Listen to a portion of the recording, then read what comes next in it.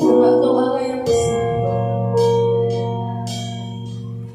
Engkau Allah yang hidup ya Tuhan,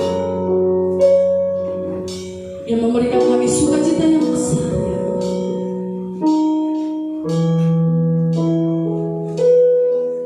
Pada pagi hari ini Tuhan, kami mau mempersiapkan hati kami Tuhan untuk menerima kebenaran firman-Mu ya Bapa. Biarlah Engkau berkati telinga pendengaran kami, berkati tanah hati kami ya Tuhan, supaya benih firman-Mu yang akan disampaikan oleh hamba-Mu menjadi berbuah dan berbuah dan berbuah banyak Tuhan, dimanapun kami berada ya Tuhan. Terima kasih Tuhan. Berkati juga hamba-Mu yang menyampaikan isi hati-Mu. Biarlah urapan daripada Engkau Tuhan menjadi bagian hamba-Mu. Terima kasih Tuhan. Juga Bapa akan memberikan yang terbaik bagi Engkau Tuhan. Biarlah Engkau berkati Tuhan, berkati Yesus. Terima kasih Yesus, terima kasih. Segala kekuatan iblis yang mengganggu pikiran kami Tuhan untuk menerima kebenaran firman-Mu, kami tolak itu hanya di dalam nama Tuhan Yesus. Percaya Kau yang berjanji setia, pengharapanku selalu ada di dalam-Mu.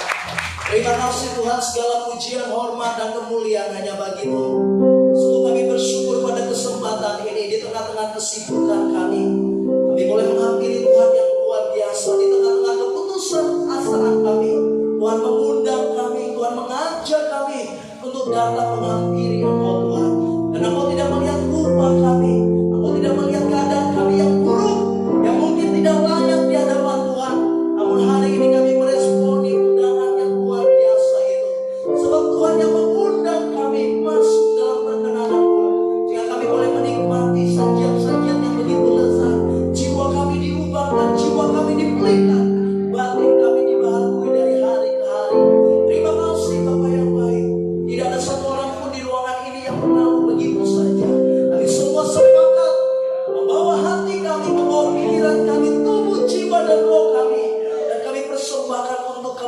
kemuliaan Tuhan saja. Aku percaya setiap yang sakit sudah disembuhkan, dipulihkan di dalam nama Yesus Kristus. Yang lemah dikuatkan, yang benar-benar diberikan kelegaan. Bahkan yang terikat sekalipun akan diberikan kelepasan ya Tuhan. Agar setiap orang yang mungkin dendam, marah, benci, iri hati dan sakit hati, yang mungkin cara manusia tidak sanggup kami lepaskan, dan itu dilepaskan hari ini di dalam nama Yesus Kristus. Terima kasih Bapa. Kami hanya memandang kepada Tuhan saja, Sang yang mempunyai kehidupan kami. Terima kasih Bapa. Kami siap mendengarkan firman-Mu saat ini. Di dalam nama Tuhan Yesus, kami sudah berdoa dan mengucap syukur. Haleluya. Sama-sama kita katakan amin, amin, haleluya. Terima kasih untuk tim WL yang sudah memberkati kita lewat pujian dan penyembahan luar biasa. Dan saya percaya Bapak Ibu, kita sungguh sangat terberkati siang hari ini lewat penyembahan kita. Dan saya percaya semua kita mengalami hadirat Tuhan, amin. Baik Bapak Ibu, saudara kasih, langsung saja saya akan membagikan satu bagian firman Tuhan yang saya ambil dari Injil Matius pasalnya yang ke-22 ayat pertama sampai ayatnya yang ke-14.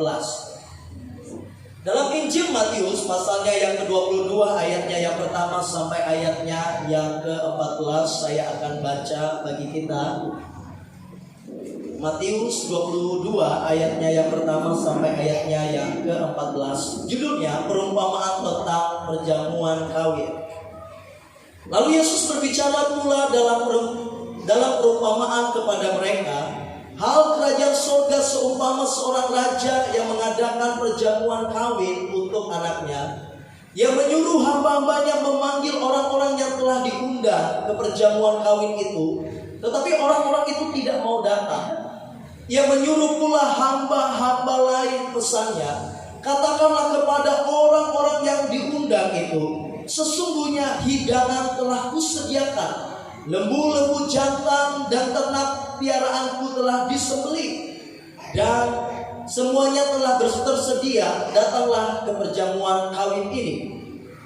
Tetapi orang-orang yang diundang itu tidak mengindahkannya. Ada yang pergi ke ladangnya, ada yang pergi mengurus usahanya, dan yang lain menangkap hamba-hambanya itu, menyiksanya dan membunuhnya.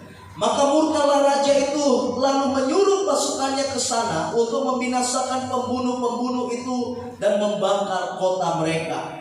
Sesudah itu ia berkata kepada hamba-hambanya, perjamuan kawin telah tersedia, tetapi orang-orang yang diundang tadi tidak layak untuk itu. Sebab itu pergilah ke persimpangan-persimpangan jalan dan undanglah setiap orang yang kamu jumpai di sana ke perjamuan kawin itu. Maka pergilah hamba-hamba itu, dan mereka mengumpulkan semua orang yang dijumpainya di jalan-jalan, orang-orang jahat dan orang-orang baik, sehingga penuhlah ruangan perjamuan kawin itu dengan tamu. Ketika raja itu masuk untuk bertemu dengan tamu-tamu itu, ia melihat seorang yang tidak berpakaian pesta. Ia berkata kepadanya, hai saudara, bagaimana engkau masuk kemari dengan tidak mengenakan pakaian pesta? Tetapi orang itu diam saja. Lalu kata raja itu kepada hamba-hambanya, ikatlah kaki dan tangannya dan campakkanlah orang itu ke dalam kegelapan yang paling gelap. Di sanalah akan terdapat ratap dan gertak gigi. Sebab banyak yang dipanggil, tetapi sedikit yang terpilih. Puji Tuhan Bapak Ibu saudara kasih, waktu saya renungkan tentang ayat ini dan begitu menarik Bapak Ibu. Bapak Ibu saudara kasih, tema hari ini saya memberikan yaitu undangan Tuhan bagi umatnya saudara. Ini satu kisah yang luar biasa.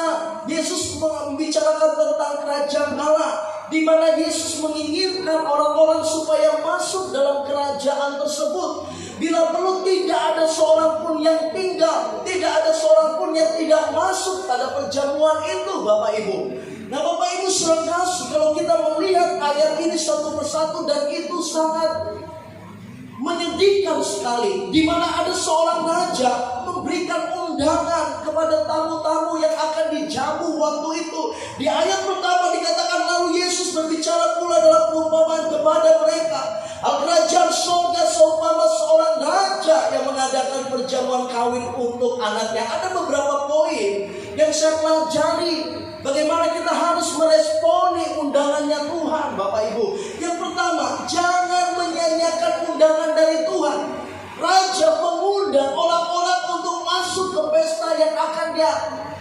laksanakan Bapak Ibu. Bapak Ibu, raja ini tentunya adalah pembesar Bapak Ibu, orang yang ternama. Kalau saya melihat juga ya, mungkin itu pemimpin negara dan dia buka rumahnya dan orang-orang masuk ke dalamnya. Dan pastinya orang sangat senang tentunya waktu diundang oleh pemimpin negara kah, orang nomor 1 kah saudara gitu ya. Tetapi dari ayat ini sangat menyedihkan. Raja ini sangat baik Bapak Ibu. Dikatakan di ayat kedua, hal dan seumpama seorang raja yang mengadakan perjamuan kawin untuk anaknya, ia menyuruh hamba-hambanya memanggil orang yang telah diundang. Dia berikan undangan bagi mereka Bapak Ibu.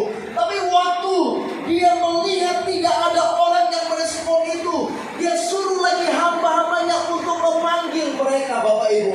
Yang pertama, jangan menyanyikan undangan dari Tuhan setiap saat Tuhan mengundang kita Bapak Ibu. Ini ayat yang menarik. Di tengah-tengah kesibukan mereka Tuhan mengundang mereka, tetapi mereka tidak mengindahkan undangan Tuhan Bapak Ibu. Kalau kita melihat situasi dalam pesta, ada beberapa hal yang saya perhatikan. Misalnya Bapak Ibu, pesta, pasti pesta ini mengeluarkan biaya yang begitu besar Bapak Ibu.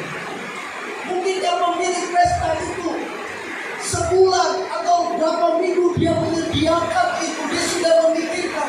Tapi waktu terselenggara pesta itu Bapak Ibu, saya percaya pemilik pesta itu menikmati suasana pesta hari itu. Dia tidak memikirkan apa lagi nanti tentang saya, tidak Bapak Ibu. Tetapi dia menikmati suasana pesta itu. Yang pertama yang saya lihat di dalam situasi pesta, yang pertama dulu, kita yang diundang terdaftar namanya Bapak Ibu. Ada orang yang mungkin tidak hadir karena tidak ada undangan bagi dia. Mungkin tetangganya dia berkata, kenapa kamu tidak datang ke pesta? Karena saya belum diundang.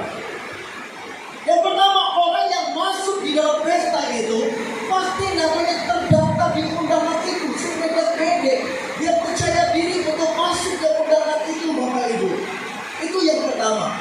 Dan yang kedua, yang saya lihat kalau ada pesta, pasti orang mengeluarkan barang-barang yang selama ini disimpan rapi.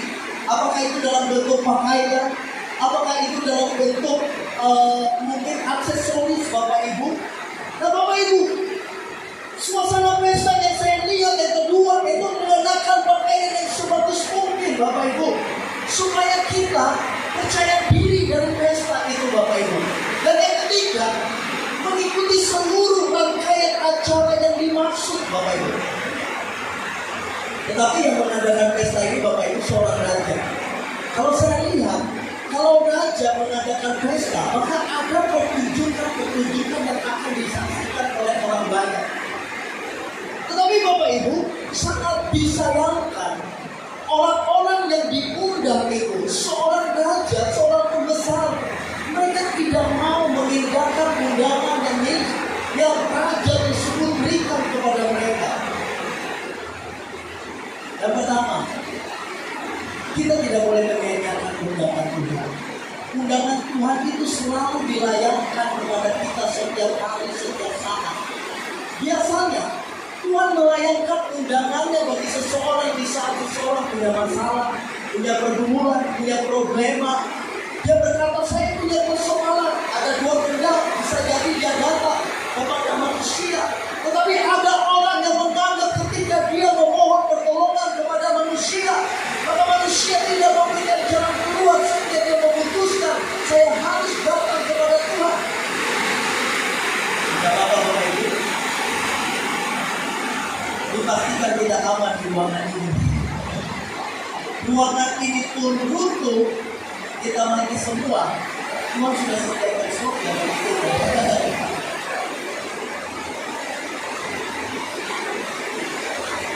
Ya, mari kita nikmati perjamuan yang luar biasa ini Bapak Ibu. Yang pertama, jangan sia-siakan undangan dari Tuhan Bapak Ibu. Kita sangat bersyukur kalau hari ini kita masih hidup, kalau hari ini kita masih ada sebagaimana kita ada. Setiap hari Tuhan mengundang kita, Tuhan mengancam kita. Kita bersyukur ya kalau di Nias ada tanda-tanda kalau hari Minggu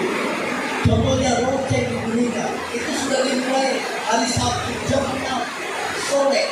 Itu sebelum ibadah muncul di dunia. Orang sudah mendengar, tapi ada aja alasan orang untuk tidak datang. Apakah itu dalam bentuk banyak pujian? Apakah itu mungkin dari kata dari Senin sampai Sabtu saya sudah capek, waktunya saya istirahat Bapak Ibu. Tetapi orang yang meresponi undangan itu tentunya dia berpikir bahwa ini adalah harinya Tuhan. Saya harus memberikan yang terbaik bagi Tuhan.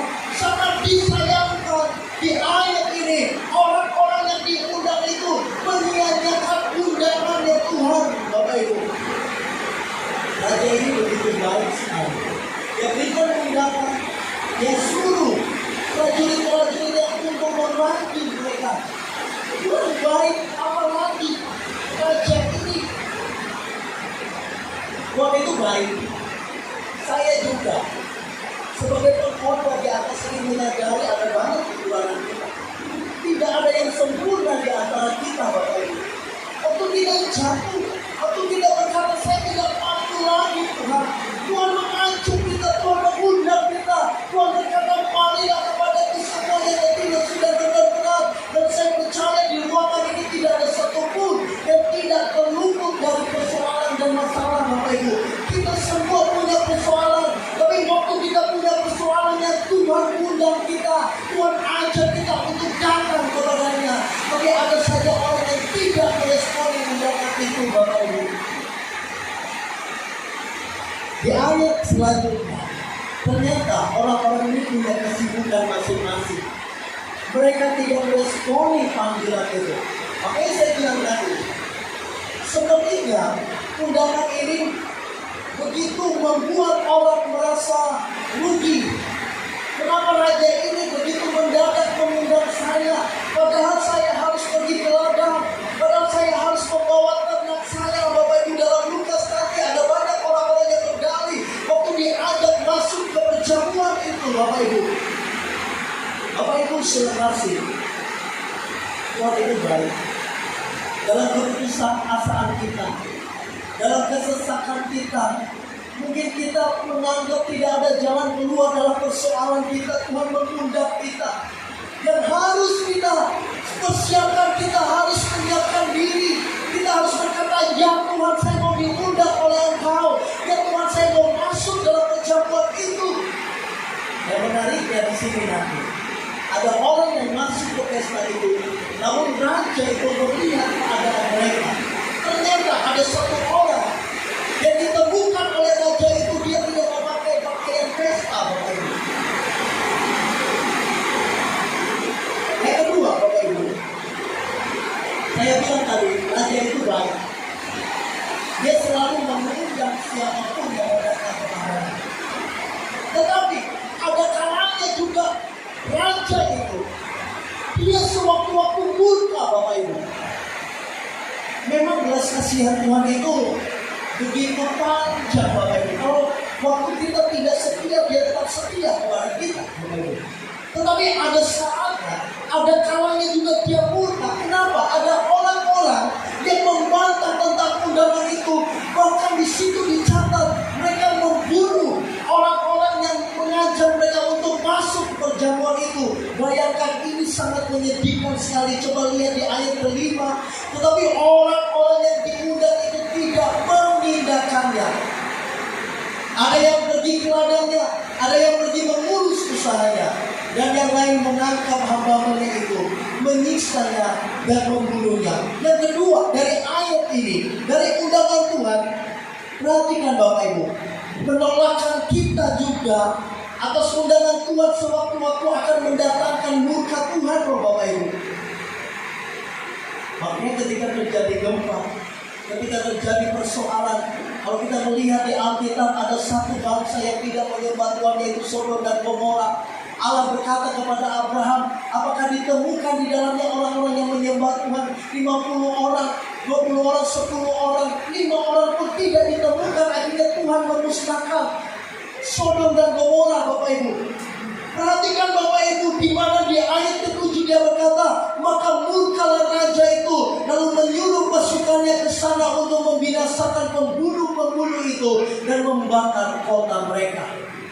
Kalau hari ini Tuhan masih memberikan undangan itu bagi kita, dan kita melihat keadaan kita masih belum bermasalah, masih keadaan baik-baik Bapak Ibu, tetapi waktu orang tidak mendengarkan lagi, mengindahkan undangan itu, tiba-tiba mempelai itu datang, dan orang-orang yang sudah mempersiapkan dirinya, mereka menyongsong mempelai itu. Tapi sementara orang yang belum mempersiapkan diri, tidak ada lagi waktu Bapak Ibu.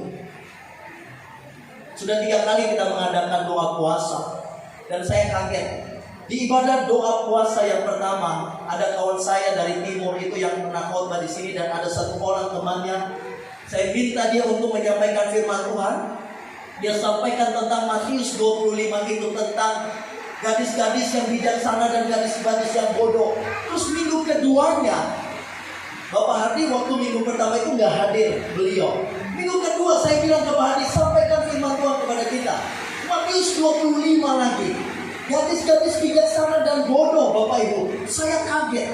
Saya bilang ke beliau, minggu yang lalu firman Tuhan ini disampaikan. Tapi saya bilang ke beliau, ayo sampaikan, sehingga ada hikmat-hikmat yang baru yang kita temukan. Yaitu ada 5 orang perempuan gadis yang bijaksana dan yang bodoh. Dan di ayat itu dijelaskan, gadis bijaksana mereka membawa lampu mereka, tetapi mereka tidak lupa membawa persediaan yaitu minyak Bapak Ibu. Mereka menunggu malam hari, mempelai prianya tidak datang-datang Bapak Ibu, mereka tertidur. Tiba-tiba mempelai laki-laki itu datang, mereka menyongsongnya. Perempuan gadis yang bodoh itu hampir mati minyak mereka, dan mereka meminta minyak dari perempuan gadis bijaksana itu. Namun mereka tidak berikan Bapak Ibu. Ada kalanya Bapak Ibu, tidak ada waktu lagi. Ini waktu begitu cepat Bapak Ibu. Ini waktu begitu cepat berlalu. Mungkin kita berkata, sudah bertahun-tahun pendeta berbicara Tuhan akan segera datang, tapi Tuhan belum datang-datang. Ada banyak orang memberikan alasan untuk menunda-nunda, berkata tidak, Tuhan masih belum datang. Tapi ayat ini, di ayat ke-6 dan ke-7 ada saatnya raja itu begitu marah, dia murka Bapak Ibu. Beberapa minggu yang lalu ini saya baca tentang kisah perjalanan bangsa Israel.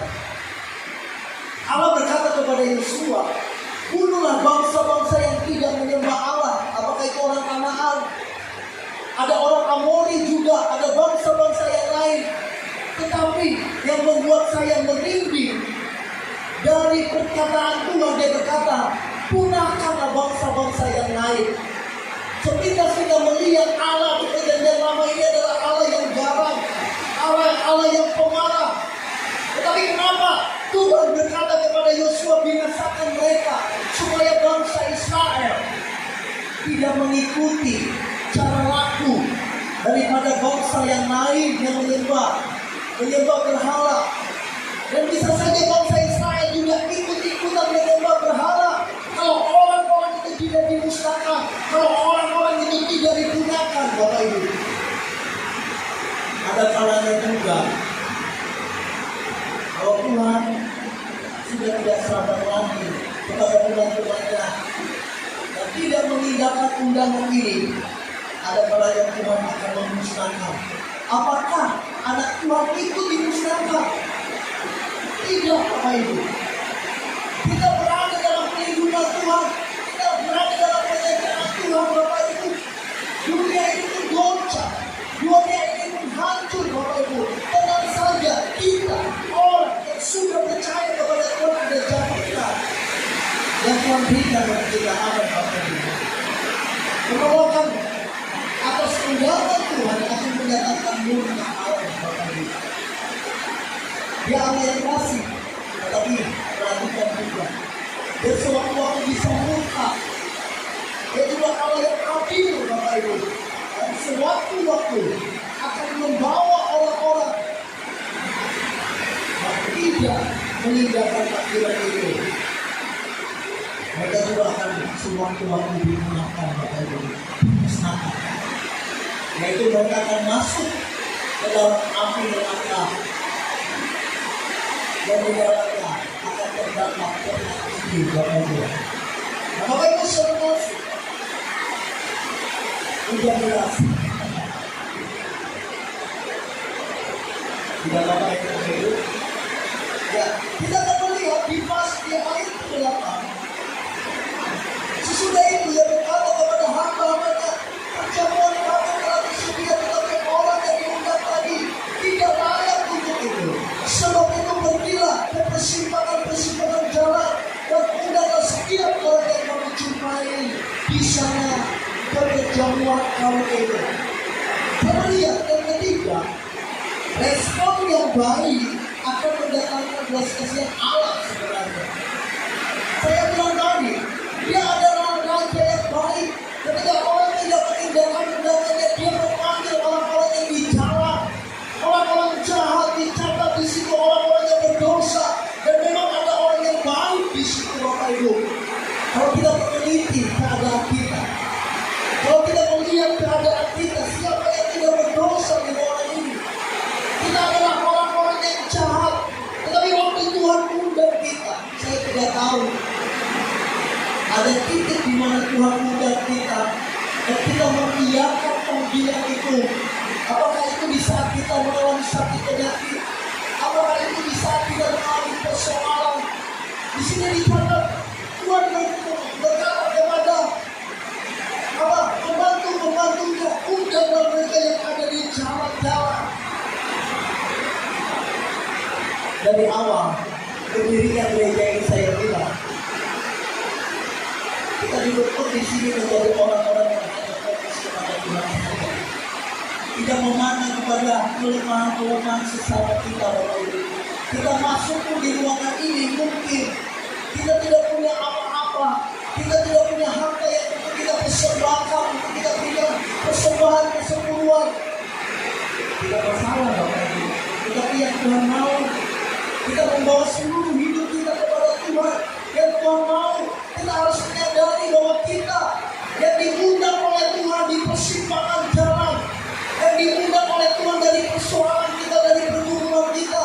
Maka saya percaya semua orang di ruangan ini sebenarnya adalah orang yang bermasalah dan tidak termasuk saya. Tapi waktu kita masuk dalam undangan itu, kita menikmati undangan itu, kita menikmati pesta itu, Bapak Ibu. Sehingga Tuhan memberikan apa? Sehingga statusnya tadi kita adalah orang jahat, statusnya tadi kita adalah orang yang tidak layak di hadapan Tuhan. Tuhan ubahkan status kita menjadi anak Allah, menjadi ahli warisnya Tuhan.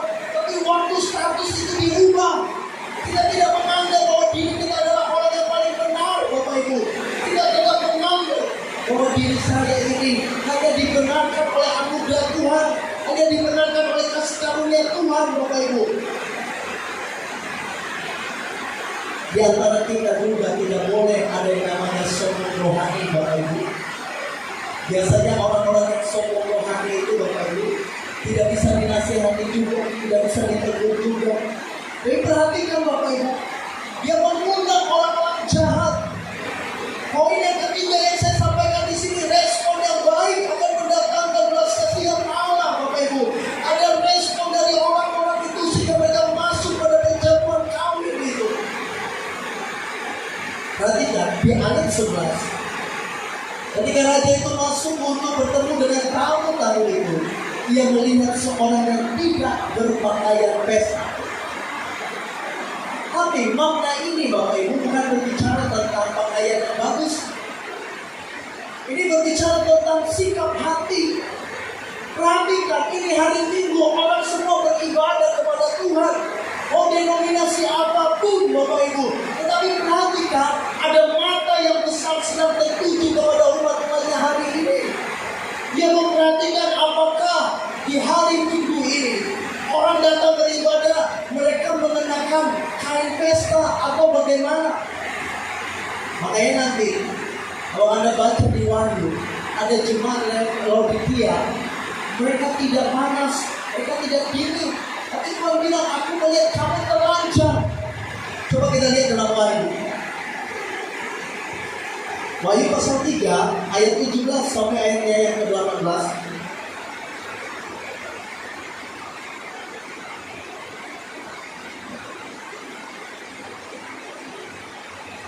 Ayat 3 ayatnya yang ke-17 sampai 18 saya akan baca. Dan engkau berkata, aku kaya, dan aku telah memperkayakan diriku, dan aku tidak kekurangan apa-apa.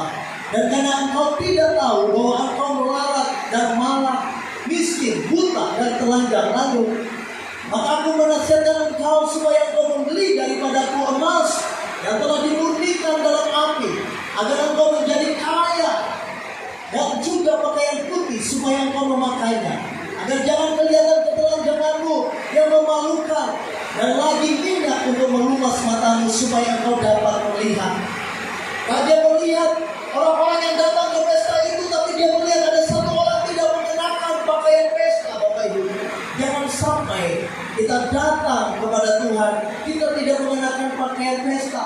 Ada yang masih marah, ada yang masih cemburu, ada yang masih sakit hati, ada yang masih dendam. Bapak Ibu, mungkin tubuh kita bisa beribadah kepada Tuhan, tetapi kalau Tuhan melihat ada hal-hal yang belum bisa kita lepaskan sebagai orang yang berdosa, Bapak Ibu, maka Tuhan melihat kita tidak mengenakan pakaian pesta, Bapak Ibu. Maka saya bisa memastikan orang yang tidak mengenakan pakaian pesta tidak akan mengalami suasana pesta itu, tidak mengalami suasana perjamuan itu, Bapak Ibu. Ayat ini luar biasa. Dia berkata kepada jemaat Laodikia, mereka tidak panas, mereka tidak dingin, mereka suam-suam kuku. Dan Tuhan bilang, kalau kamu panas-panas, kalau kamu dingin-dingin saja, tapi kalau kamu suam-suam kuku itu bahaya. Tuhan muntahkan. Bapak Ibu, ini satu ayat yang membuat kita menyadari bahwa kedatangan kita kepada Tuhan tidak hanya asal-asalan saja. Kita harus masuk ke dalamnya. Ketika kita pulang, kita harus diubahkan Tuhan, kita harus dipulihkan oleh Tuhan. Mungkinkah ada firman Tuhan yang disampaikan, atau mungkin Tuhan berbicara di batin kita. Mungkin ada hal-hal yang mungkin Tuhan ingatkan yang sulit untuk kita lepaskan, Bapak Ibu.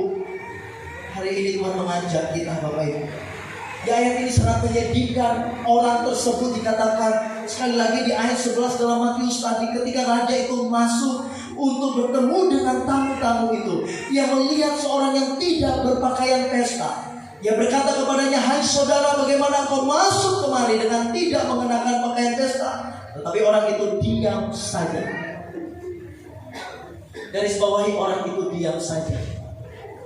Memang jelas di situ orang tersebut, dia masuk ke perjamuan itu, dia tidak mengenakan pakaian pesta. Tetapi pakaian pesta ini berbicara bukan soal pakaian yang baru, yang bagus. Bukan ini yang dibicarakan di sini, Bapak Ibu. Mungkinkah Anda mungkin berkata, Tuhan, saya gak punya baju lah, ini sebentar lagi Natal. Ada orang yang mungkin memesan bajunya. Atau ada juga orang yang setiap minggunya mungkin, saya mau harus beli baju supaya hari Minggu lagi saya kelihatan baru. Tetapi dalam makna ini bukan itu. Saya selalu bilang, kalau kita nggak punya apa-apa, hanya pakai sendal sualu aja, waktu hati kita diubahkan, waktu hati kita terbuka kepada Tuhan, saya percaya orang tersebut pasti mengalami hadirat Tuhan. Sebab kita datang kepada Tuhan, kita tidak sedang mempertontonkan bagian luar yang penampilan kita, tapi kita sedang membuka hati kepada Tuhan.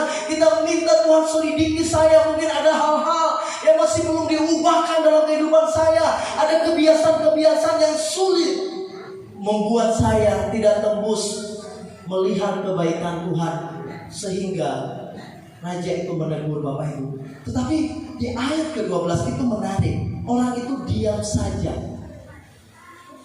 Jangan sampai, Bapak Ibu, kita menjadi orang Kristen yang seperti begini. Orang Kristen itu ada orang yang seperti mati rasa.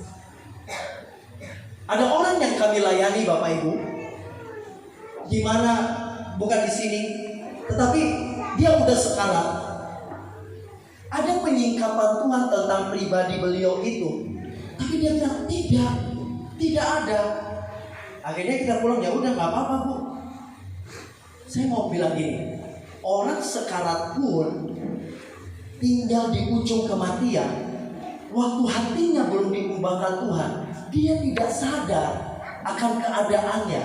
Dia tidak akan sadar apa yang menjadi dosa dan kesalahannya. Orang ini memang dia masuk ke situ, tetapi dia melihat pakaiannya tidak berpakaian pesta. Ada orang-orang, jangan beribadah kepada Tuhan, dia menjadi orang yang mati rasa saja. Dia masuk beribadat, dia tidak mengalami apa-apa. Dia pulang, dia tidak mengalami apa-apa, sehingga kesehariannya tidak mengalami perubahan apa-apa. Inilah posisi orang yang tidak berpakaian pesta itu, Bapak Ibu. Tapi orang yang berpakaian pesta, begitu dia masuk di bait Allah, Bapak Ibu, ada seperti sebuah evaluasi dalam diri. Kalau saya bisa masuk dalam bait Tuhan hari ini, Tuhan bawa saya untuk mengalami pakaian pesta, Bapak Ibu. Saya pernah khotbah, salah satu yang membuat kita bersukacita masuk di dalam ibadah, di mana kita sedang mau menghadiri pesta kerajaan surga, Bapak Ibu. Orang yang mengalami pesta, saya percaya dia tidak sadar bahwa dia punya persoalan. Dia menikmati suasana pesta itu. Saya bilang dari awal tadi, ada orang yang pesta pernikahan mungkin dia punya biaya yang begitu besar. Waktu dia adakan pesta itu, pasti otaknya nggak bilang, aduh, saya punya utang bagaimana ke depan. Enggak, dia harus menghadapi pesta itu, gitu ya. Dia harus melayani banyak orang, Bapak Ibu. Baru mungkin nanti berapa bulan kemudian mungkin bebannya mulai terasa berat, Bapak Ibu. Demikian juga waktu kita masuk ke pestanya Tuhan lewat pertemuan, lewat ibadah seperti ini, ayo nikmati, Bapak Ibu. Adakah orang di ruangan ini tubuhnya ada di sini tetapi hatinya kepada persoalannya? Saya bisa memastikan orang tersebut tidak menikmati suasana pesta, di mana Tuhan sedang mengundang kita, ayo nikmati pesta ini. Dalam Yesaya 55 nanti, di mana Allah mengajak, ayo semua yang haus, engkau akan menerima makanan yang paling lezat, Bapak Ibu. Raja itu, dia memotong ternak yang paling terbaik supaya orang-orang itu menikmati sajian itu, Bapak Ibu. Tetapi orang-orang itu tidak mengindahkan. Tetapi ada orang-orang yang jahat, ada orang-orang yang di jalanan diundang oleh Tuhan. Saya percaya orang-orang itu, orang-orang yang lagi putus asa, orang-orang yang lagi bermasalah, orang yang berkata sebenarnya saya nggak layak diundang oleh raja, tapi Tuhan bilang, yang saya undang pertama tadi mereka nggak mengindahkan, ayo datang. Tetapi Bapak Ibu, jangan kita juga hanya sekedar datang saja, namun kita tidak mengenakan pakaian pesta, maka kedatangan kita juga bisa menjadi satu hal yang sia-sia, Bapak Ibu. Amin, Bapak Ibu. Mari, pakaian pesta berbicara. Ada sukacita kita alami, ada damai sejahtera kita alami, ada hal-hal yang banyak diubah dari diri kita, sehingga ketika kita nggak punya uang sekalipun, kita masih merasa bahwa saya seperti berada di tempat pesta. Apakah itu dialami? Sangat dialami, Bapak Ibu, oleh orang-orang yang mau diundang oleh Tuhan dan mengalami suasana pesta itu. Perhatikan di ayat 14 ini, sangat mengerikan. Sebab banyak yang dipanggil, tetapi sedikit yang dipilih. Undangan itu dilayangkan kepada siapapun juga. Semua orang menghadiri pertemuan ibadah, pertemuan rohani, tetapi ada yang hanya datang sebagai formalitas saja, sebagai pertemuan seremonial saja, Bapak Ibu. Banyak yang dipanggil tetapi sedikit yang dipilih. Tetapi yang dipilih oleh Tuhan bukan yang ganteng-ganteng, bukan yang cantik-cantik, bukan yang bajunya bagus, Bapak Ibu. Tetapi yang dipanggil oleh Tuhan, yang dipilih oleh Tuhan. Ada orang yang berkata, saya membutuhkan Tuhan sekalipun keadaannya sederhana, sekalipun mungkin keadaan ekonominya sangat sederhana, tetapi dia berkata, Tuhan, saya mau diundang oleh Tuhan, saya mau masuk dalam undangan itu. Tidak peduli saya punya persoalan, tidak peduli saya punya tantangan, Tuhan memanggil dia. Hari itu datang kepada Tuhan. Waktu didengarkan firman Tuhan, dia bawa janji itu. Waktu Tuhan panggil dia, ternyata Tuhan temukan dia dipilih, namanya dicatat dalam buku kitab kehidupan. Boleh tepuk tangan untuk Tuhan. Kita harus dipersiapkan seperti itu, Bapak Ibu. Banyak yang dipanggil, sedikit dipilih. Bapak Hadi selalu membicarakan jalan menuju surga itu sempit sekali, itu tidak enak. Ikut Tuhan tidak enak, Bapak Ibu. Kadang-kala kita harus teriak. Bahkan Yohanes itu kemarin di alasan saya sampaikan, kita sudah menghasilkan buah, dibersihkan lagi. Kadang-kala kita kita berbuat baik kepada orang, tidak ada ulah yang kita lakukan. Orang memfitnah kita, orang menuduh kita, jangan berkata, kenapa ini? Ingat ayat Yohanes itu. Sudah berbuah, dibersihkan lagi. Makanya kalau di asrama, Ibu Desi marah sama seseorang mahasiswa perempuan. Contohnya orang itu tidak melakukan itu. Dia bilang sabar. Dipotong, dibersihkan, dan itu tidak mengenakan Bapak Ibu. Sebab banyak yang dipanggil, tetapi sedikit yang dipilih. Kita bersyukur jumlah kekristenan di Nias itu sekarang tinggal 70% katanya. Dulu 99% dan itu sudah mulai berkurang Bapak Ibu. Tetapi 70% itu juga kita bangga kita mayoritas di Nias ini. Dipanggil oleh Tuhan setiap hari minggunya orang beribadah. Tidak ada maksud menghakimi Bapak Ibu. Tetapi ayat ini banyak yang dipanggil oleh Tuhan, tetapi sedikit yang terpilih. Yang terpilih itu yaitu yang mengenakan pakaian pesta Bapak Ibu. Amin. Bisakah kita berpesta setiap hari? Sangat bisa Bapak Ibu. Setiap hari saya berpesta, sekalipun nggak ada uang Bapak Ibu. Saya berpesta. Selalu ada berdering telepon Bapak Ibu. Sebenarnya saya punya masalah. Saya telepon, apa kabar luar biasa, ayo semangat. Padahal saya sebenarnya lagi punya persoalan, tapi saya bisa pastikan hari-hari saya boleh mengalami pesta. Sebab di dalamnya ada pengucapan syukur yang harus kita luapkan terus Bapak Ibu. Kalau tidak ada pengucapan syukur, maka sering orang Kristen berkata hari ini sial, hari ini begitu apes Bapak Ibu.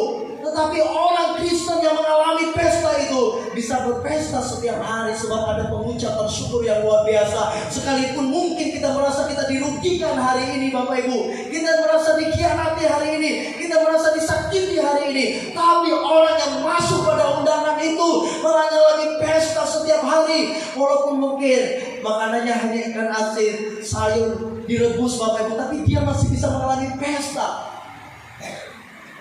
Amin Bapak Ibu. Mari Tuhan mengajar kita untuk kita masuk kepada undangan ini. Ini berbicara tentang ada perubahan-perubahan karakter yang kita alami. Kenapa? Kalau kita tidak mengalami perubahan Bapak Ibu, ada banyak hal yang mengganjal kita, dan jadinya kita tidak bisa menembus dan mengalami pesta yang luar biasa itu. Itu yang saya sampaikan hari ini. Tidak begitu panjang firman Tuhan ini, tapi maknanya luar biasa. Mari jangan kita menjadi orang-orang yang berdalih tentang firman Tuhan. Bapak Ibu, saya harap Bapak Ibu, setiap firman Tuhan yang kita dengarkan, memang ada kalanya sebagai manusia biasa, kadang kala kita bilang firman Tuhan itu nggak cocok bagi saya. Saya mau bilang gini, waktu kita duduk mendengarkan firman Tuhan itu, pastikan firman Tuhan itu harus mendarat di hati kita. Jangan waktu kita duduk dengarkan firman Tuhan itu langsung hatinya, sama orang itu kena, sama orang itu kena. Tidak. Tapi pastikan waktu kita duduk dengarkan firman Tuhan itu, mungkin dari penyampaian firman Tuhan itu ada yang menyangkut orang, tidak, itu saya. Amin Bapak Ibu. Sebab tidak ada seorang pun yang sempurna di ruangan ini, sehingga kita tidak dituduh oleh situasi-situasi yang lain yang mungkin membuat kita bisa mundur Bapak Ibu. Waktu firman Tuhan itu kita ambil dan kita kenakan dalam diri kita, maka saya bisa pastikan orang tersebut akan kuat menjalani hari-harinya Bapak Ibu. Dalam firman Tuhan ini memberkati kita Bapak Ibu. Dalam suasana yang begitu gelap hujan, tapi saya bisa memastikan kalau kita tetap dalam hadirat Tuhan, kita tetap dalam pesta Bapak Ibu, kita sedang beria bagi Tuhan. Haleluya. Amin. Dalam firman Tuhan ini memberkati kita semua. Saya minta para pelayan Tuhan. Haleluya. Masih semangat Bapak Ibu. Dalam keterbatasan gedung kita, ruangan kita, tapi tidak menurunkan semangat kita. Amin. Saya rindu kita bersemangat dulu, amin ya. Amin. Haleluya. Saya juga bangkit berdiri semua, boleh ya Bapak Ibu. Ayo kita semangat dulu ya. Ayo kita mau angkat ujian tadi, saudara dengan basah kata. Inilah tahun Yobel. Yang sakit disembuhkan, ya. Yang terikat dibebaskan. Yuk kita memuji Tuhan. Saudara, dengarlah sangkakala. Kita mau mengalami pesta sorgawi.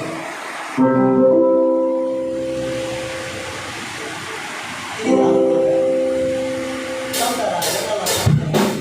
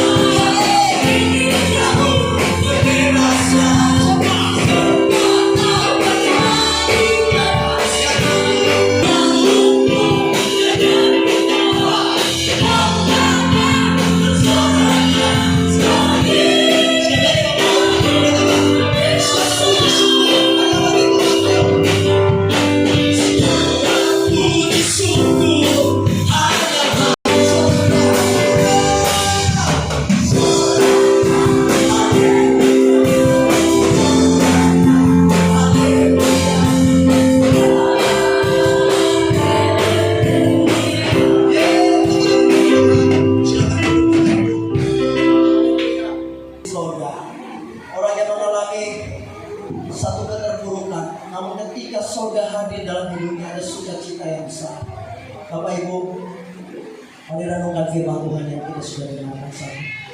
Kita berdoa. Bapa di surga, terima kasih untuk kebenaran firman-Mu yang luar biasa, yang sungguh sangat memberkati kami. Tuhan mengundang kami setiap saat, setiap hari. Tuhan bawa kami untuk mendengarkan suara itu Bapa. supaya kami boleh datang dan menikmati undangan yang luar biasa itu. Sehingga kami boleh menjadi orang Kristen yang berkualitas hidupnya. Sehingga Tuhan mendapatkan kami mengenakan pakaian pesta. Terima kasih untuk kebenaran firman-Mu. Dalam firman-Mu itu mendarat di hati kami, menjadi pelaku kebenaran firman-Mu ya Bapa. Setiap orang yang sakit